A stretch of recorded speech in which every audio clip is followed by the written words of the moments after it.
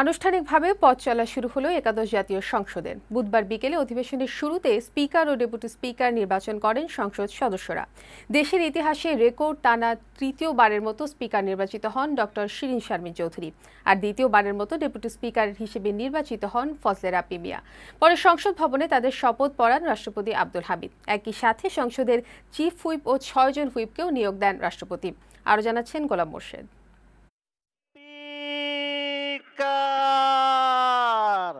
বিদায়ী deputy speaker Fazle রাব্বি মিয়ার সভাপতিত্বে বুধবার বিকেলে শুরু হয় একাদশ জাতীয় সংসদের প্রথম অধিবেশন। শুরুতেই নবনির্বাচিত সংসদ সদস্যদের স্বাগত ও অভিনন্দন জানান ডেপুটি স্পিকার। সদস্য নির্বাচিত হয়, আমি আপনাদেরকে প্রাণ ঢালা অভিনন্দন জানাই। সংসদ নেতা প্রধানমন্ত্রী শেখ হাসিনা সহ প্রায় সব সদস্যই উপস্থিত ছিলেন প্রথম অধিবেশনের উদ্বোধনী বৈঠকে। এই সংসদের বিরোধী দলীয় নেতা জাতীয় পার্টি চেয়ারম্যান হুসেন মোহাম্মদ এরশাদ চিকিৎসার জন্য দেশের বাইরে রয়েছেন। তবে বিরোধী দলের উপনেতা জিএম কাদের ও রওশন এরশাদ সহ জাতীয় পার্টির নির্বাচিত সদস্যরা উপস্থিত ছিলেন। দিনের কার্যসূচি অনুযায়ী শুরুতেই স্পিকার নির্বাচন করা হয়। সড়ক পরিবহন ও সেতুমন্ত্রী ওবায়দুল কাদের স্পিকার হিসেবে রংপুর ৬ থেকে নির্বাচিত ডক্টর শিরীন শারমিন চৌধুরীর নাম প্রস্তাব করলে সংসদের চিফ হুইপ নূর ই আলম চৌধুরী লিটন তা সমর্থন করেন। পরে কণ্ঠভোটে সর্বসম্মতভাবে তা গৃহীত হয়। সর্বসম্মতিক্রমে ও বিনা প্রতিদ্বন্দ্বিতায় বাংলাদেশ জাতীয় সংসদের স্পিকার নির্বাচিত হলেন।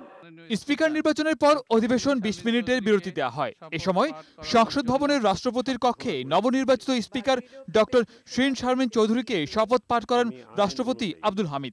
সংসদের স্পিকারের কর্তব্য। বিরতির পর স্পিকার শিরীন শারমিন চৌধুরীর সভাপতিত্বে আবারও অধিবেশন শুরু হয়। এবার গাইবান্ধা ৫ থেকে নির্বাচিত ফজলে রাব্বি মিয়া টানা দ্বিতীয় মেয়াদে ডেপুটি স্পিকার হিসেবে নির্বাচিত হন। পরে তাকেও শপথ বাক্য পাঠ করান রাষ্ট্রপতি আব্দুল হামিদ। বিশ্বস্ততার সহিত পালন করিব।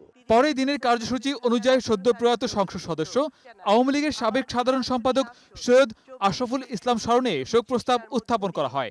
এ সময় শোক প্রস্তাবের ওপর আলোচনায় অংশ নেন সরকারি ও বিরোধী দলের সদস্যরা।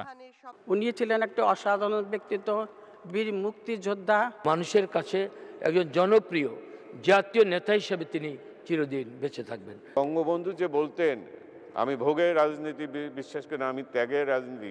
আশরাফ কিন্তু কখনো ভোগের রাজনীতি করে নাই। শোক প্রস্তাবের আলোচনায় সংসদ নেতা প্রধানমন্ত্রী শেখ হাসিনা বলেন, 1-11-এর মতো কঠিন মুহূর্তেও দলকে সুসংগঠিত রাখতে অবদান রেখেছিলেন সৈয়দ আশরাফ। দলের যখন সবথেকে দুঃসময় আছে ২০০৭ সালে, যখন সেই ইমার্জেন্সি দিয়ে তত্ত্বাবধায়ক সরকার ক্ষমতা নেয়, এবং সেই সময় সে বলিষ্ঠ ভূমিকা রেখেছিল।